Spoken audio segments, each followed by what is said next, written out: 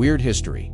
Part 2. Tonight we've got a city drowned in beer, a school infected by laughter, fairies that fooled a literary giant, a midnight prowler with scissors, and farm pants that explode. Welcome to Weird History, wherever you're kidding is actually yep. That happened. The London beer flood. Picture this. You step outside and a wall of porter is charging down the street. At Meux Co Horseshoe Brewery, a giant vat burst and slammed into others. About 1.5 million liters of beer tore into the St Giles rookery, collapsing homes and killing 8 people. Witnesses said the wave was taller than a person. Basements filled, rescue turned to recovery, and the poorest residents suffered most. The brewery called it an act of God and avoided damages. The disaster raised hard questions about industrial safety and left London with the strangest headline of them all. Beer Tsunami. Tanganyika Laughter Epidemic. Contagious laughter sounds cute until it shuts schools. It began in the early 1960s at a girls' boarding school near Lake Victoria. Giggling fits grew into hours of hysterics. Over several months, hundreds were affected across nearby villages and classes were closed.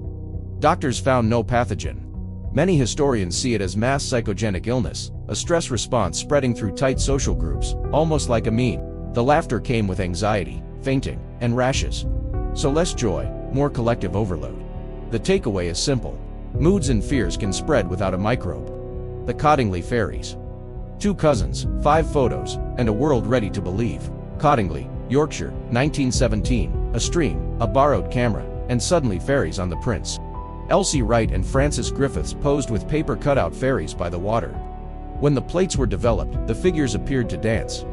In 1920, The Strand published the images, and Sir Arthur Conan Doyle, leaning hard into spiritualism after the war, publicly backed them.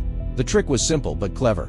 Illustrated cutouts propped with hatpins, a shallow depth of field to soften edges, and careful posing. Kodak technicians said they could not see signs of darkroom tampering, but they would not certify the fairies as real.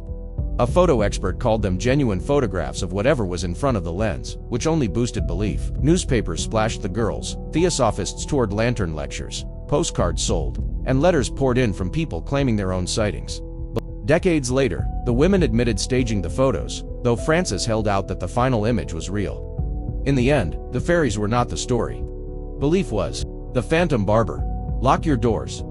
And maybe your fringe. Pascagoula, Mississippi, 1942. Blackout nights, shipyard shifts, and a prowler who did not take jewelry. He took hair. It started in June at a convent, when 2 boarders woke as a man slipped out the window. Each girl had a lock missing. Days later, a 6-year-old's hair was snipped as she slept beside her twin. A footprint by the window was the only clue. Panic spiked. Windows were nailed shut. Volunteers patrolled, and a $300 reward went up. Then it turned violent. 1 couple were bludgeoned in their bedroom.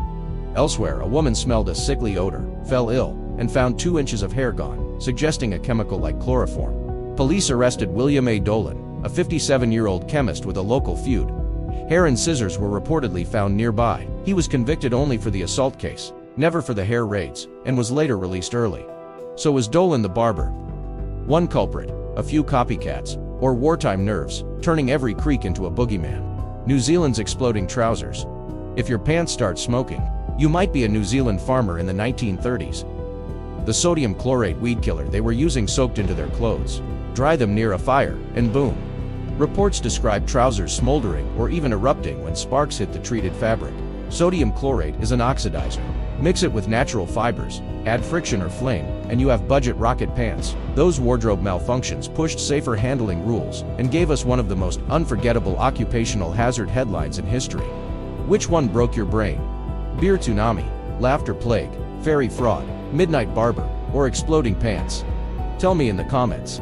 Subscribe to the Quirky Tome for your regular dose of weird.